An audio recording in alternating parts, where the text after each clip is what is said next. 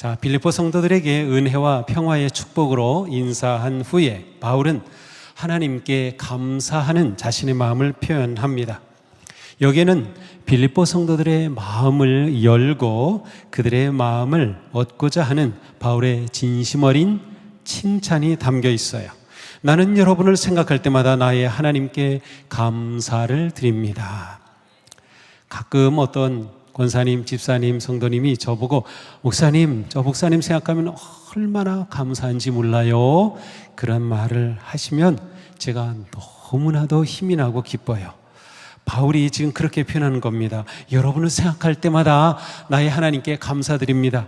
바로 빌립보 성도들을 인정해주고 칭찬해주는 겁니다. 자, 그런데 여러분을 생각할 때마다 이 생각이라고 하는 단어는 기억하고 말한다, 언급한다라는 그러한 뜻입니다. 따라서 3절은 빌립보 성도들을 기억하고 언급할 때마다 감사를 드린다는 뜻이에요.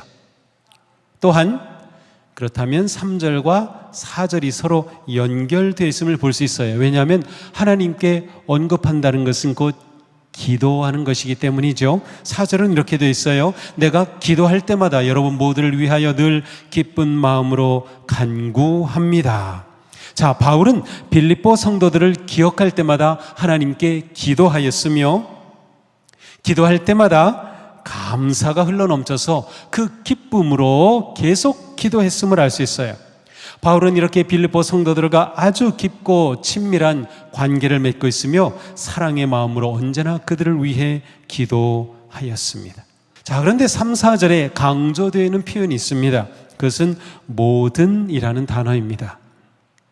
우리 성경에서는 또 세번역에서는 때마다 모두 늘 이렇게 번역이 되어 있는데 사실은 이 단어들이 다 모든이라고 하는 그 어근, 그리스 말로 파스라고 하는데 그 어근을 다 같이 가지고 있어요. 따라서 모든이라고 하는 단어로 번역을 해서 3, 4절을 읽으면 이렇게 할 수 있어요. 나는 여러분을 기억하는 모든 순간에 나의 하나님께 감사를 드립니다. 내가 기도하는 모든 순간마다 여러분 모두를 위하여 모든 시간에 기쁜 마음으로 간구합니다. 이렇게 모든이라는 표현을 통해서 바울은 빌립보 성도들 간에 있는 갈등을 염두에 두면서 바울이 소식을 들었어요. 빌립보의 성도들이 아주 중요한 그런 분들이 있었는데 갈등이 있다는 겁니다. 그래서 이것을 염두에 두면서 우리는 하나입니다. 우리는 모두 하나입니다 라고 하는 그러한 마음, 하나임을 생각하도록 하고 또한 바울 자신도 나는 당신 편입니다. 당신 편입니다. 그게 아니라 편가르기가 아니고 여러분 모두를 내가 감사하고 모두를 사랑하고 모두를 기뻐합니다라는 마음을 보여주는 것입니다. 모든이라는 단어는 빌립보 4장에서 또 나오는데요. 여기에 보면 이렇게 되어 있어요. 아무것도 염려하지 마십시오. 염려 대신 모든 일에 기도와 간구로 여러분이 구하고 싶은 것을 감사한 마음으로 하나님께 알리십시오. 그러면 인간의 모든 이해력을 뛰어넘는 하나님의 평화가 그리스도 예수 안에서 여러분의 마음과 생각을 지켜주실 것입니다. 그렇습니다. 이처럼 모든이라고 한 단어는 특별히 빌립보서에서 기도와 연결되어 있어요. 기도를 말씀할 때에 꼭 모든이라고 하는 이 단어를 사용하고 있는 거죠. 이를 통해서 우리는 바울이 그의 선교적 삶을 살아갈 때 그의 목회의 삶에서 기도를 얼마나 중요하게 여겼는지 알 수 있어요. 기도는 바울의 목회의 핵심이었습니다. 바울은 모든 시간을, 모든 생각을, 모든 마음을 기도로 묶어냈던 것입니다. 비록 로마 감옥에 감금된 상황이었지만 바울은 제한된 공간과 시간 안에서 원망하거나 두려워하지 않았어요. 오히려 그는 그 자리에서 할 수 있는 사역을 했던 거죠. 무슨 사역? 기도 사역입니다. 빌립보에 직접 가서 그리운 성도들을 만나고 그들을 돌보고 격려하고 세워주며 사랑의 교제를 나눌 수는 없었지만 그는 기도를 통하여 그들을 섬기고 사랑하고 함께 하였습니다. 그러니 바울은 기도 안에서 자유하였으며 기도로 능력을 얻었고 기도로 자신의 마음과 생각을 지키며 하나님의 인도하심을 따랐던 것입니다. 그런데 바울은 나의 하나님께 감사드린다고 표현하고 있어요. 근데 바울은 거의 이렇게 말하지 않아요. 바울은 보통 우리 하나님이라는 표현을 쓰거든요. 근데 빌립보서에 편지를 보내면 특별히 빌립보 성도들과는 관계가 너무나도 좋았기 때문에 우리라는 표현이 더 좋을 것 같은데 여기서 바울은 나의 하나님이라는 표현을 사용합니다. 이것은 실수한 것이 아니라 의도적인 것이에요. 이를 통해서 바울은 비록 자신이 감옥에 갇혀 있지만 하나님과 깊고 친밀한 관계를 맺고 있음을 보여주는 겁니다. 하나님과의 관계가 우리의 모든 것을 결정합니다. 바울은 하나님과 친밀한 신뢰의 관계에서 기도하였고 감사하였고 기뻐하였습니다. 우리가 진정한 기쁨의 삶을 살기 위해서는 우리의 영적 삶의 기초가 튼튼해야 합니다. 그 기초는 예수 그리스도 안에서 하나님과 맺은 견고한 관계입니다. 다시 말씀드려요. 너무나도 중요하니까. 우리가 진정한 기쁨의 삶을 살기 위해서는 우리의 영적 삶의 기초가 든든해야 한다. 그 기초는 그리스도 예수 안에서 하나님과 맺은 견고한 관계다입니다. 그래서 바울이 나의 하나님, 하나님과의 그 친밀한 관계를 표현하는 것이죠. 이 하나님과의 관계가 기도의 시작입니다. 주님의 기도도 하늘에 계신 우리 아버지 시작되죠. 그렇습니다. 기도의 대상은 하나님이며 기도의 초점은 하나님이에요. 그 하나님과 나의 관계가 기도의 시작입니다. 우리가 그리스도 예수 안에서 하나님의 자녀로 아버지 하나님과 깊고 친밀한 신뢰의 관계를 맺을 때 진정한 기도가 가능합니다. 그러기에 바울은 빌립보의 성도들을 기억할 때마다 먼저 나의 하나님께 감사하였습니다. 우리 모두가 다 하나님을 나의 하나님이라고 기쁨과 확신으로 고백할 수 있으면 좋겠어요. 그렇게 할 수 있으면 우리가 정말 행복한 성도가 아닐까요? 나의 하나님이라고 말할 수 있다면 말이죠. 예배와 말씀과 기도와 선행으로 나의 하나님과 더 가까워지고 나의 하나님을 더욱 신뢰하며 우리의 믿음의 삶을 아름답게 살아가는 우리 모두가 될 수 있기를 바랍니다. 바울은 빌립보 성도들을 기억할 때마다 생각할 때마다 하나님께 감사했으며 그들 모두를 위하여 늘 기쁜 마음으로 간구하였다라고는 표현을 써요. 간구라고 하는 단어는 기도와 비슷하지만 조금 달라요. 간구는 구체적인 청원의 기도를 의미합니다. 바울은 빌립보 성도들을 생각하면서 그들 모두를 위해 늘 구체적으로 청원하는 기도를 하였습니다. 자, 앞에서 제가 늘이라는 게 뭐라 그랬어요? 모든 그랬죠? 모든 시간. 바울은 모든 시간마다 이렇게 청원의 기도를 한 것입니다.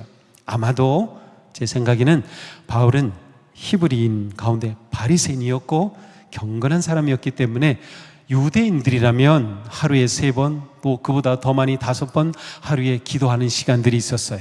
바울은 그렇게 하루에 기도하는 정해진 시간들이 있었던 것 같습니다. 그래서 그렇게 모든 기도 시간마다 유대인의 경건 생활하듯 그렇게 기도할 때마다 빌립보 성도들을 위해 간구하였던 것입니다. 그런데 여기 또 더 덧붙여요. 바울은 이렇게 기도할 때마다 기쁜 마음으로 했다는 것입니다. 그러니 바울은 기도할 때마다 감사하였고 감사할 때마다 마음에 기쁨이 넘쳤습니다. 우리는 여기서 성도의 기쁨이 어디서 오는지 알 수 있어요. 그것은 감사입니다. 감사가 기쁨의 문입니다. 기도가 감사가 될 때에 기쁨의 삶이 열립니다. 근심과 걱정과 고난과 문제가 많은 상황에서도 바울은 기도하며 감사할 것을 찾았던 것입니다. 그는 그리스도 예수 은혜 안에서 자유한 영혼이었습니다. 감옥은 절망이 아니라 부활의 주님이 함께 하시는 평화와 생명의 공간이었고 감사와 기쁨의 자리였습니다. 그의 마음은 문제와 상황으로 갇히거나 눌리지 않았습니다. 하나님을 나의 하나님이라고 부르는 친밀하고 거룩한 교제가 계속되었기 때문입니다. 바울은 하나님과 깊고 친밀한 교제 안에서 기쁜 마음으로 감사하며 기도하였고 그렇게 기도함으로 하나님과 더 친밀해졌고 부활의 주님의 임재하심을 누렸던 것입니다. 바울은 감사로 기도할 수 있었던 구체적인 이유까지 설명하고 있어요. 바울은 이렇게 시작했죠. 오늘 본문, 여러분을 생각할 때마다. 자, 믿음으로 생각하면 감사하게 되고, 감사하면 기쁨이 넘칩니다. 원래 영어로는 믿음으로 생각하면 think 하면 감사하게 되고 thank 하게 된다, 이렇게 되어 있어요. 생각과 감사가 기쁨의 흐름을 가져오는 거예요. 우리가 이걸 잘 봐야 돼요. 그러니까 우리의 생각이 정말 중요하다는 걸 알 수 있죠. 빌립보서가 우리가 이러한 눈으로 바라보고 묵상하고 또 말씀을 들을 때 우리에게 놀라운 은혜를 주는 것이 바로 여기 있어요. 자, 그러면 바울 사도가 생각한 것은 무엇일까요? 뭐를 생각했을까요? 빌립보의 성도들이었습니다. 그렇죠. 여러분을 생각할 때마다 이렇게 말했잖아요. 결국 빌립보의 성도들이 바울의 감사의 이유였습니다. 바울과 빌립보의 성도들은 이처럼 서로 감사하는 이유가 되었고 서로에게 기쁨의 존재가 되었던 것이죠. 이게 진정한 성도의 코이노니아입니다. 교제예요. 우리도 서로를 볼 때마다 당신 때문에 감사합니다, 당신이 저의 기쁨입니다 라고 고백할 수 있으면 얼마나 좋을까요? 바울은 특별히 빌립보의 성도들이 복음에 동참한 것이 너무나도 고마웠어요. 바울은 고백하죠. 여러분이 첫날부터 지금까지 복음을 전하는 일에 동참하고 있기 때문입니다. 5절이에요. 자, 첫날은 무엇일까요? 이 첫날이라고 하는 것은 바울이 유럽에서 처음 선교 활동을 하면서 복음을 전한 그때를 말합니다. 자, 바울은 2차 전도 여행 중에 원래는 터키 저 북쪽 비두니아 쪽으로 가고자 하였는데 이게 계속 막히는 거예요. 이게 이상하다. 그런데 성령님이 막으셨던 거죠. 그런데 어느 날 정말 환상 중에 마케도냐 사람이 손을 흔들면서 건너와 우리를 도와주십시오라는 환상을 봅니다. 바울은 성령님이 나를 보여주시는 거구나, 그렇게 깨닫고 바울은 그 환상을 본 후에 성령님께 순종하여 선교지를 소아시아 터키에서 마케도니아 그리스로 방향을 바꿨습니다. 원래는 안디옥을 중심으로 한 사역에서 이제는 유럽을 향한 새로운 길이 열린 것이죠. 이때 빌립보는 바울이 그리스 지역으로 들어가 복음을 전한 첫 번째 성이었습니다. 교회를 처음 세운 것이었어요. 유럽의 최초의 교회가 세워졌어요. 바울은 이렇게 처음부터 복음의 사역에 빌립보 교회가 동참하고 있는 것을 생각할 때 너무나도 감사했던 것이죠. 동참한다라는 단어는 우리가 많이 듣는 코이노니아라는 단어입니다. 근데 이 코이노니아는 여러 가지 말로 번역이 가능하죠. 친교, 교제, 참여, 함께함 등으로 번역돼요. 근데 우리가 읽은 새 번역에서는 동참이라고 번역이 되었습니다. 여기서 코이노니아라는 것은 빌립보 성도들이 바울의 복음 선포에 믿음으로 응답하고 영적인 교제를 나누면서 선교 사역에 한 마음으로 참여한 것, 동참한 것을 의미합니다. 건강한 교회, 행복한 교회는 이 코이노니아가 잘 이루어지는 교회인 거예요. 빌립보의 성도들이 복음에 동참하였습니다.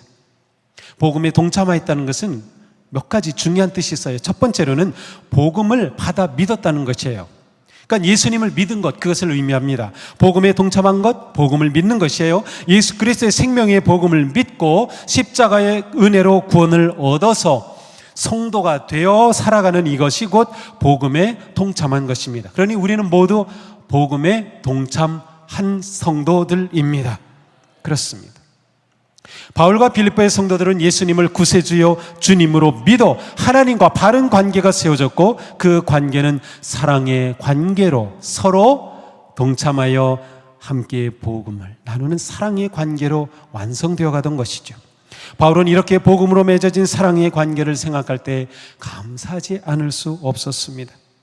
우리는 이미 본 것처럼 자주색 옷감 장사 루디아와 그 가족이 예수님을 믿고 세례를 받았죠. 그리고 빌립보의 간수가 또한 온 가족이 세례를 받고 예수님을 믿고 성도가 되었죠. 이렇게 시작된 빌립보 교회입니다. 바로 바울은 그것을 생각한 거예요. 복음에 동참했던 것이죠.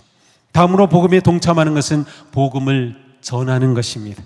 죄에서 자유함을 얻은 성도는 하나님의 은혜와 사랑을 누리며 생명과 구원의 복음을 전합니다.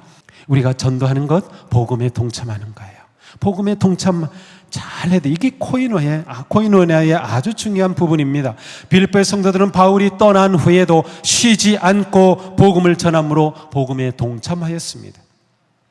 그리스도의 사랑을 확장하고 나누었던 것이죠. 하나님의 나라를 꿈꾸며 믿음의 교제를 넓혀갔습니다.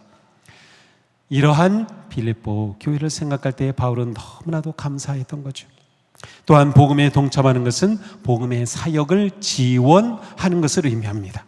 빌립보의 성도들은 관심과 기도로 바울의 복음 사역을 지원하였어요. 바울은 여러분밖에는 나를 이렇게 도와준 교회가 없었습니다 라고 말할 정도로 빌립보 교회는 이 바울의 선교 사역을 위해 헌신적으로 도와줬음을 알 수 있어요. 재정적으로 그들을 위해 헌금하여 보내주기도 하였습니다. 그러기에 바울은 빌립보 성도들을 가리켜서 나중에 7절에 보면 다음 주 본문이에요. 내가 받은 은혜에 동참한 사람들이라는 표현을 사용하고 있어요. 이렇게 바울은 빌립보 성도들이 복음에 동참해 주었음을 생각하면 너무나도 감사했던 것이죠. 사랑하는 성도 여러분, 복음에 동참하는 것이 진짜 성도의 모습입니다. 우리에게 복음에 동참하는 감사와 기쁨이 있습니까? 우리의 감사와 기쁨의 근원은 좋은 집에 살거나 맛난 음식 먹고 돈 잘 버는 것에 있지 않습니다. 우리의 큰 기쁨과 감사의 이유는 바로 복음입니다. 생명의 복음이 내 안에 있는 것이 감사하고 복음의 교제를 나누는 교회와 성도들로 인해 감사하고 복음을 전하며 나누며 사역하는 그 삶이 기쁨인 그러한 성도들이 되기를 축복합니다. 이것이 우리의 행복인 것이에요. 이제 바울은 빌립보 성도들을 격려하며 확신의 메시지를 고백합니다. 함께 읽겠습니다. 선한 일을 여러분 가운데서 시작하신 분께서 그리스도 예수의 날까지 그 일을 완성하시리라고 나는 확신합니다. 아멘. 자, 선한 일은 무엇일까요? 그것은 곧 빌립보 성도들이 예수 그리스도의 복음을 믿어 구원을 받고 성도가 된 것, 그것이 선한 일이에요. 첫 번째로 그것이 가장 중요한 선한 일이에요. 그뿐 아니라 5절의 말씀처럼 빌립보 성도들이 그 복음에 동참한 것 역시 선한 일입니다. 그런데 바울은 이 선한 일을 누가 시작했다고요? 하나님께서. 선한 일을 시작하신 분이 하나님이 그 선한 일을 시작하셨다는 겁니다. 하나님이 우리를 구원하셨다는 뜻이에요. 우리는 믿음으로 구원을 얻었어요. 우리의 선한 행위가 아니에요. 하나님의 사랑과 은혜로 우리는 구원을 얻은 것이에요. 하나님이 이렇게 우리 안에 선한 일을 시작하신 겁니다.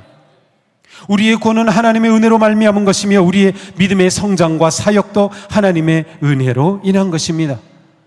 여기서 바울은 자신의 확신을 고백합니다. 선한 일을 시작하신 하나님이 그리스도 예수의 날까지 그 일, 선한 일을 완성하실 것이라는 확신입니다. 그리스도 예수의 날은 무엇입니까? 10절에서도 한 번 또 나와요. 그런데 이것은 구약에서 말하는 주의 날과 같은데 주님께서 오셔서 심판하시는 재림의 날을 의미합니다. 바울은 재림의 심판날에 하나님께서 선한 일, 곧 복음의 구원을 완성하실 것임을 확신 있게 고백합니다. 바울은 이 고백을 통해 빌립보의 성도들에게 구원의 완성에 대한 믿음과 확신 갖기를 촉구하고 있는 것이에요. 빌립보 성도 여러분, 지금 여러분이 어떤 상황 가운데 있습니까? 그러나 우리에게는 구원의 완성이 있음을 기억하십시오 라고 말하는 것입니다. 우리는 여기서 구원의 과거, 현재, 미래적 관점을 보게 됩니다. 자, 우리 가운데, 여러분 가운데 선한 일을 시작하신 분, 이미 선한 일은 시작되었어요. 과거입니다. 무엇이 선한 일이에요? 내가 구원받은 것입니다. 우리는 모두 예수 그리스도 안에서 구속의 은혜로 믿음을 통하여 구원받았어요. 우리 구원의 과거입니다. 이미 구원받은 것이죠. 또한 우리 안에 이렇게 우리를 구원하신 하나님께서는 그리스도의 날까지 구원을 완성하실 것입니다. 미래형으로 되어 있죠. 그렇습니다. 구원의 완성은 미래형입니다. 지금 우리는 구원의 현재를 살고 있어요. 지금의 나를 이렇게 이해하는 게 굉장히 중요합니다. 나는 지금 이미 얻은 구원을 완성하기까지 살아가고 있는 것입니다. 우리는 이렇게 살아가는 삶을 성화의 삶이라 그래요. 그리스도를 온전히 닮아가는 믿음의 성장하는 그러한 삶이라고 하는 것이죠. 구원의 시작과 완성 사이에서 오늘을 사는 성도에게는 승리와 영광의 그날이 중요합니다. 이미 우리가 받은 구원은 확실하기 때문에 우리가 구원을 완성할 것이라고 한 그날에 대한 확신이 우리에게 매우 중요합니다. 왜냐하면 그날에 대한 확신이 오늘을 사는 성도의 삶을 결정하기 때문입니다. 우리는 이미 승리가 선포된 그날을 보며 아직 이루어지지 않은 오늘을 살고 있습니다. 우리는 그날의 승리의 기쁨을 누리며 하늘의 영광에 참여할 것입니다. 우리는 그날을 확신하는 믿음으로 오늘의 위기와 상황을 이겨낼 수 있습니다. 우리에게 이 믿음의 확신이 필요합니다. 그날에 대한 확신이 분명해야 합니다.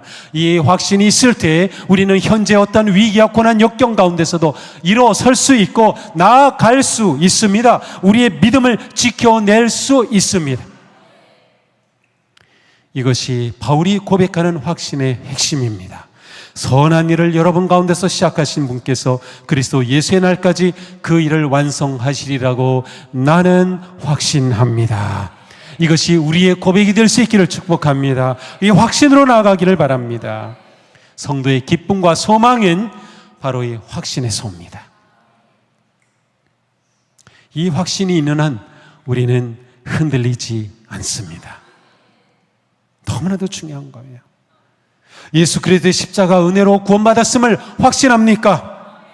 주님의 말씀으로 의지하십시오. 하나님이 세상을 이처럼 사랑하사 독생자를 주셨으니 이는 그를 믿는 자마다 멸망치 않고 영생을 얻게 하려 하심이라. 우리는 이미 영생을 선물로 받았습니다. 우리의 구원은 확실합니다. 우리는 이 선물을 뺏기지 않을 것입니다. 내가 그들에게 영생을 주느니 영원히 멸망하지 않을 것이요 또 그들을 내 손에서 빼앗을 자가 없느니라. 아멘. 우리의 구원은 분명합니다. 하나님은 우리의 구원을 완성하실 것입니다. 하나님은 우리가 구원의 완성을 확신하며 믿음으로 승리하도록 성령님을 보내주셨어요. 성령님이 그래서 우리에게 중요한 것입니다.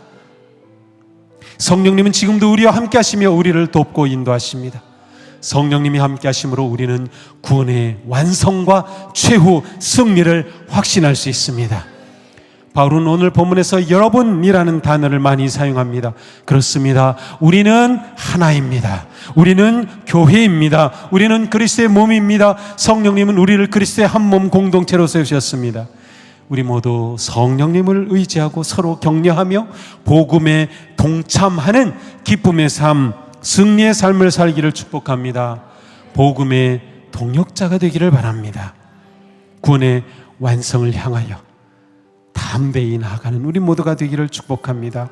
우리 안에 선한 일을 시작하신 하나님께서 그리스도 예수의 날까지 그 일을 완성하심을 확신하며 감사와 기쁨 가득한 승리의 삶 되기를 축복합니다.